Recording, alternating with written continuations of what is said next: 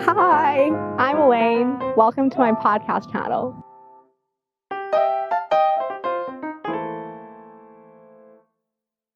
What do you think is the fundamental difference between just mathematics taught at school, like school math, versus international or US math competitions? I I think I'd just as soon not answer this because Mhm. more or less I think that both students and professors attach too much importance to competitions.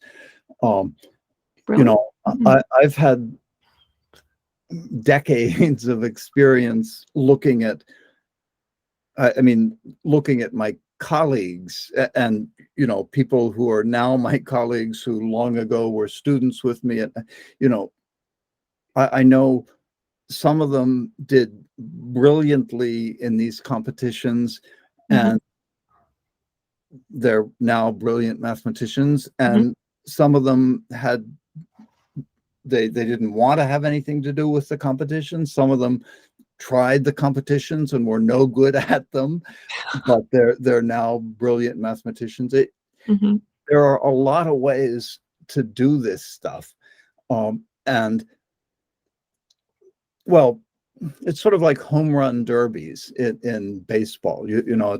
There's this stuff that happens around the All-Star game every summer where they have a practice pitcher come out and throw easy pitches, and the batters try to hit as many home runs as they can, and that's cool. Uh, but that's not well, and the people who are the best at that, sometimes they include the best hitters, Mhm. but there are a lot of ways to be a great hitter, and Mhm. this home run derby, that's not the whole story. It's that's not what math is. Right. Uh, so Mhm. so I wouldn't worry about that somehow. You're right.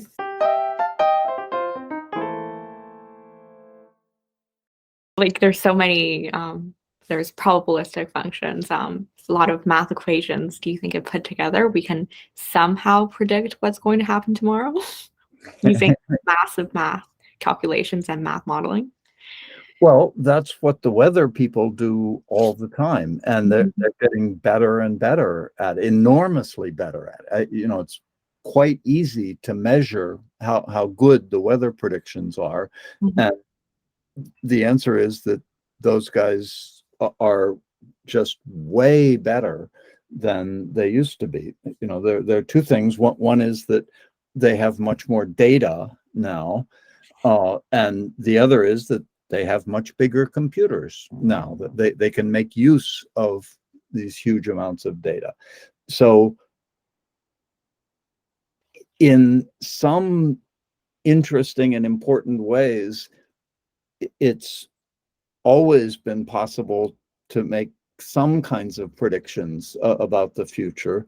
And I Mhm. think those things will get better and better. But I think, you know, even such simple questions as who's going to win the election in 6 months, we're terrible at. People work really hard on Mhm. questions like that, and they don't manage to get well. If somebody is going to win the election by a factor of 4 to 1, then Mhm. statisticians will be able to see that coming far in advance. But if it's going to be close, then we we are not good at telling what's going to happen, and that's kind of the stupidest thing about predicting the future. Uh, Right. you know, the things like predicting the next important new inventions. How do you begin to think about that? Right. So our society is basically not only constructed of math, it's also like this complex human brain that is just unpredictable. Like maybe some people, it's really about choices made and then how this whole internal system actually goes. Like no one knows what would happen.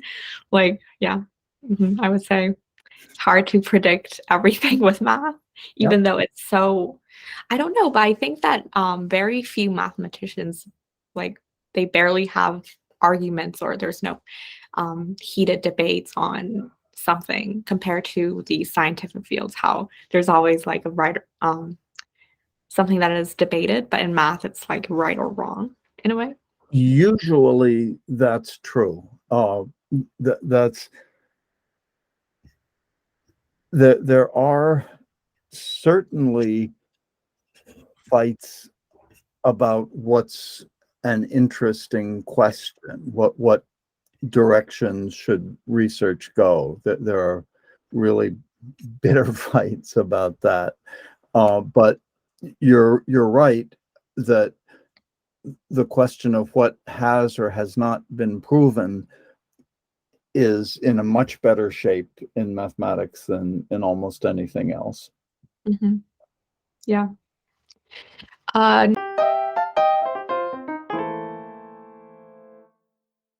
so another question is, oh, is this your cat? It's This so is cute. one of two cats. This is the one that likes my lap. Oh, I love cats. Wow. I'm definitely a cat lover. I'm not a like a dog person. I love cats. Certainly love cats. So cute. He Definitely. Oh thinks my so. God, so cute. The best companion ever. Yeah. It's also sort of like I like to think of it as like a little pillow and it just lies on you. Yes. Definitely so. Oh, you're so lucky to have a cat. Have many cats or just one? Two. Two. Oh, that's great. Yeah. Are they good friends or they fight for They're your attention? brothers, and they're extremely close. They're usually they're within 10 feet of each other. You know, they sleep in a tangled pile most of the time. They do, of course, fight too. Yeah. They definitely love cats. I have to get maybe the same kind of cat that you have right now. Definitely. Yeah. Do you think cats are they logical? Do are they mathematically?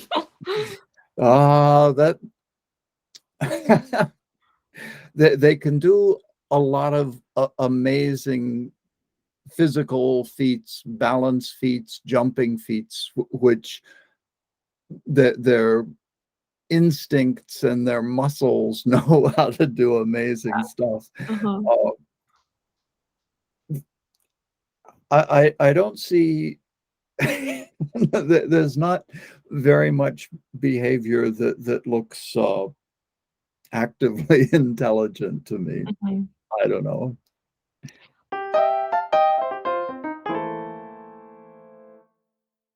Would you recommend maybe one particular book that and then explain the significance or what you really like about it to maybe high school listeners here or around the world?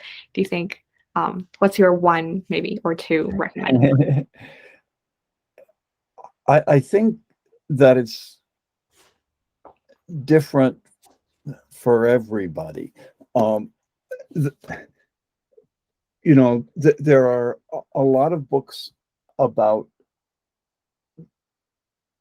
the history of, well, I could say books about the history of mathematics, but really books about mathematicians, books about the lives of people who were doing mathematics. And I think that can be a really inspiring thing. You know, the I mean, there's a woman that I know almost nothing about named Ada Lovelace from the 19th century. Um, and She was a guy who's fairly famous in the 19th century, whose name I won't remember. Maybe it's Charles Babbage, designed a, a mechanical computer.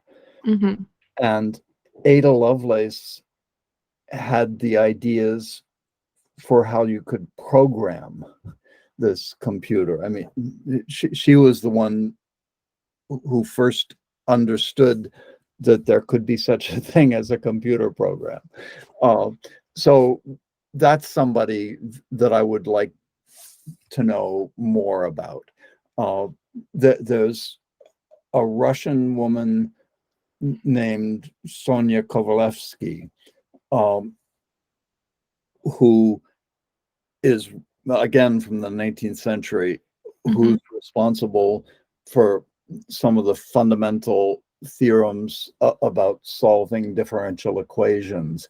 I mean, obviously, it can be difficult for women in mathematics now. In the 19th century, it was, to all intents and purposes, impossible. And yet these individuals somehow managed to master huge amounts of mathematics and then contribute to it. I think this is just stunning. I got this book as a present from the American Math Society, and I don't know if it's worth. Yeah, Sure, no problem. yeah, it's called The Life of Primes in 37 Episodes. Wow, that sounds really interesting. Yeah, kind of a history of what people understood about prime numbers. Have you ever heard of this twin prime problem? Heard someone talk about it before, but I don't really know that much about it. So twin primes are two prime numbers that differ by 2, like 11 and 13 or 17 and 19. And the twin prime problem is to prove that there are infinitely many pairs of twin primes. This is incredibly difficult. But there was some really amazing progress made on it about, I don't know, 5 or 10 years ago, maybe 10 years ago. A mathematician who nobody had ever heard of published a proof that there were infinitely many pairs of primes that differed by at most 70 million. Nobody had ever been able to prove that you could get any finite bound on how far apart successive primes had to be. This was just a huge shock to the mathematical world. But then, of course, 70 million is too big, and people wanted to make this number smaller. So there's a mathematician at UCLA named Terry Tao, and he's an expert on this kind of number theory. He organized, did he call it Wikimath? He organized a sort of web-based thing where lots of mathematicians could contribute to a proof that you could improve the 70 million bound. That you know, there were lots of pieces to the argument, and you could try to make little pieces of it better. And so I thought that was an amazing thing. I think hundreds of mathematicians contributed to it, and they got the bound down to I forget, maybe 1,000 or so or something. Wow. And then there was a single mathematician whose name I forget, who got the bound down to 200 and something. And so all those stories are different kinds of amazing stories. First of all, there was this guy who could barely get an academic job.